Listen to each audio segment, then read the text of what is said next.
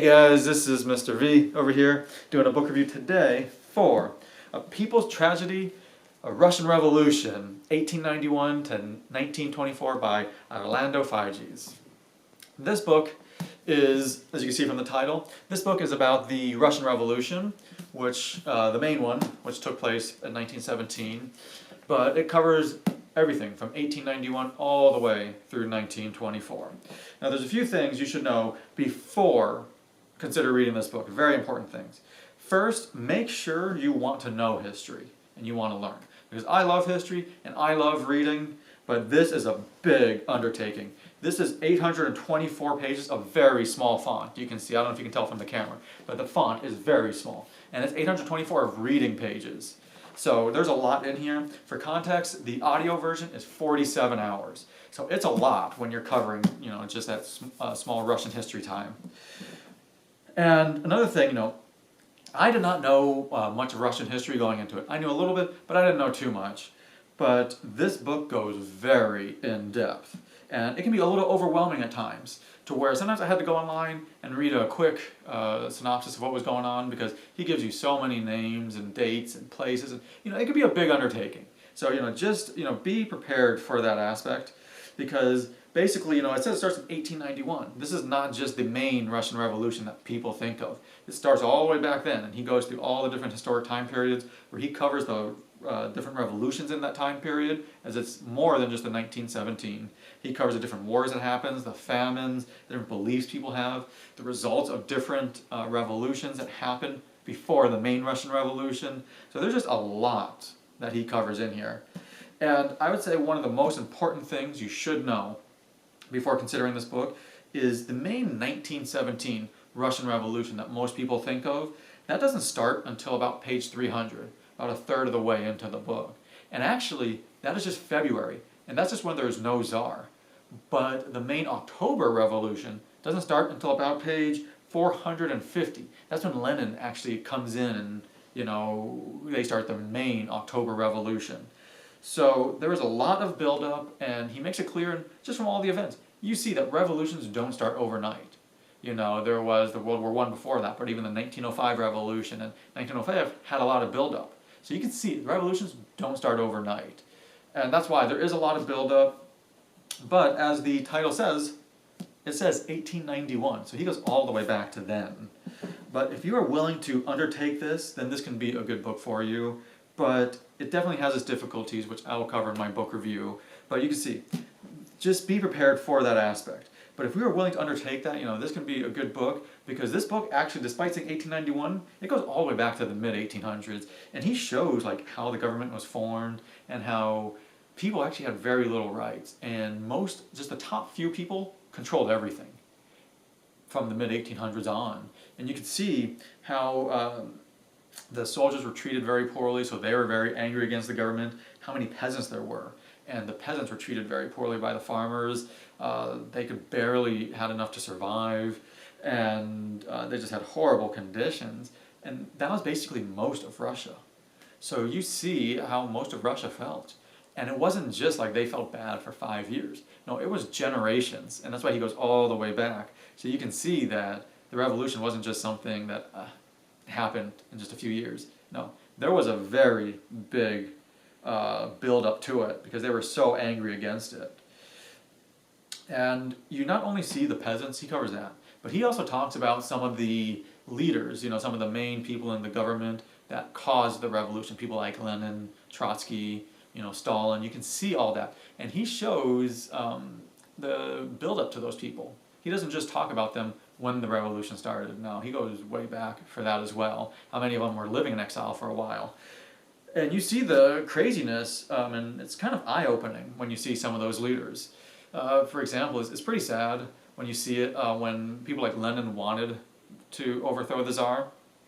And at one point they were having a famine, and he rejected relief because he wanted people to die so they would overthrow the Tsar at that point. And it's pretty sad when you see that he wants these people to die, and how many people he wanted to die so they could have the revolution and so he could become the leader.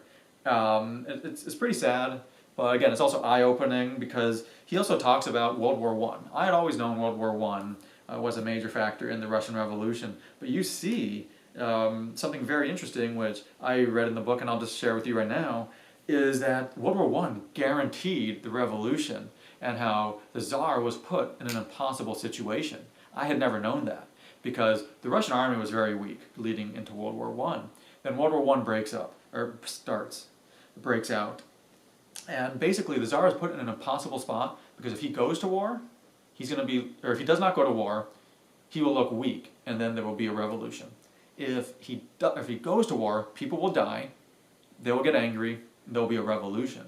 So you can see he was put in an impossible spot, because they went to war, a lot of people died, then the revolution started, especially with the people showing us the revolution, because they all were blaming the Tsar at that point. And that's basically how it started. But again, you can tell from what I said earlier, there was a big build-up to it, and he covers all that in the book, because you see, this is a humongous book. He covers a lot. But the book also brings up not only the historical facts, but he puts in his little comments at times. So he brings up a lot of interesting points when reading it. And one of them, in 1917, he was talking about how people didn't think how difficult it would be after the riots broke out. Yeah, people were angry, riots were breaking out, but he said that people didn't really think about what would happen after. And some of the things he brought up, which were very interesting, were like, how do you determine who will be the leader? You know, okay, yeah, you get rid of your Tsar, but who will be the leader? Because most actually don't want to be the leader. Yeah, they may have a small riot break out in a town, but they don't want to be the leader of all of Russia. But also, the few that do, many aren't strong enough to be the leader. Even some of these names we know, they're not strong enough to be the leader, of all of Russia and make the decisions. But like after you become the leader and you say, okay, I want to be the leader. You know, there's a few different ones who want to be leader. How do you calm the people? They're very angry at the Tsar. You got rid of him now. But how do you calm the people? Because different towns are breaking out, and even who are now considered different countries, they're breaking out. They want their own laws. Different groups are breaking out in different areas, and they want their own laws. So if you try to go against them, civil war is going to break out, which it did. And it lasted for many years, as we know. So again, it's like, how do you calm the people?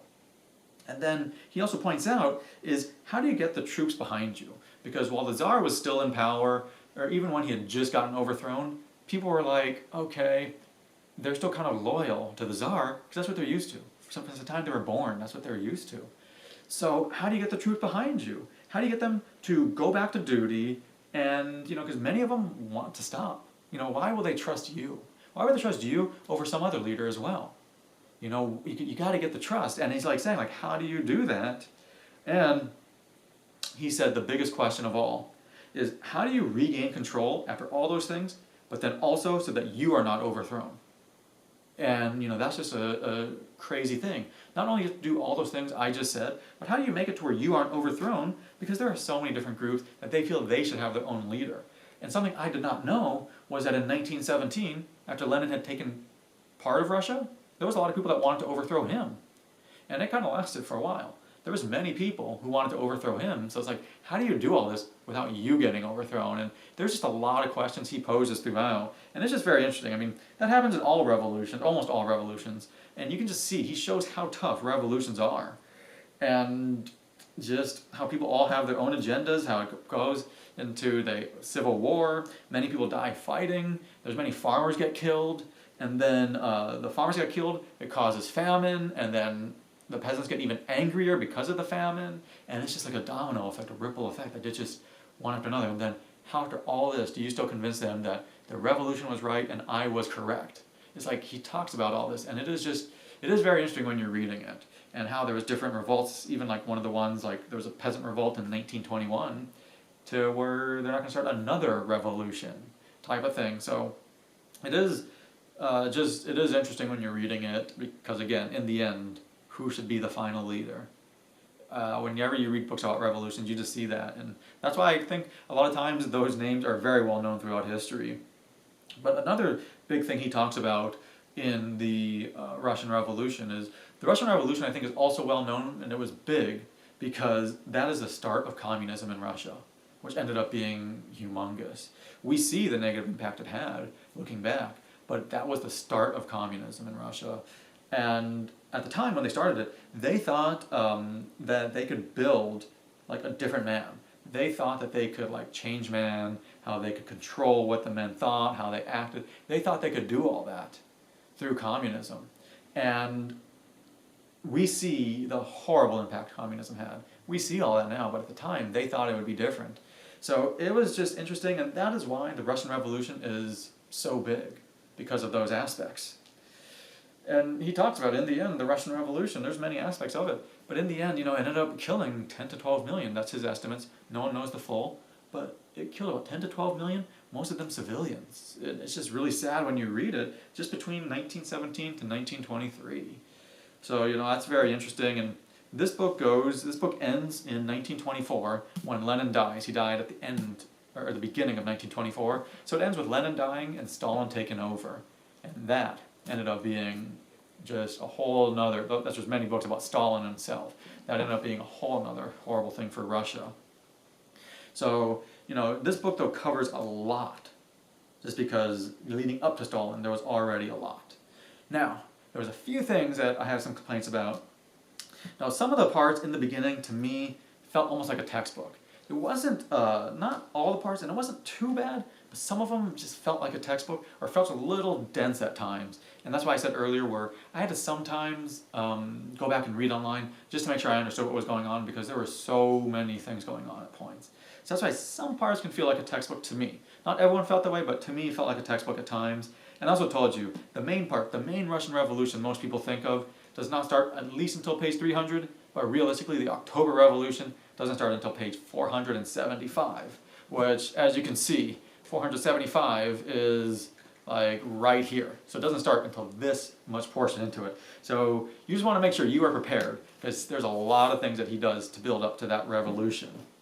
But overall, if you're prepared for that, I think you can enjoy the read. I enjoyed the read, but I would say this is only for people who are very interested in the Russian Revolution. As I showed you, it is very big and is very in-depth, 47 hours. So you just want to be prepared. But I think if you are watching this, you are serious about the Russian Revolution. But again, you definitely want to be prepared.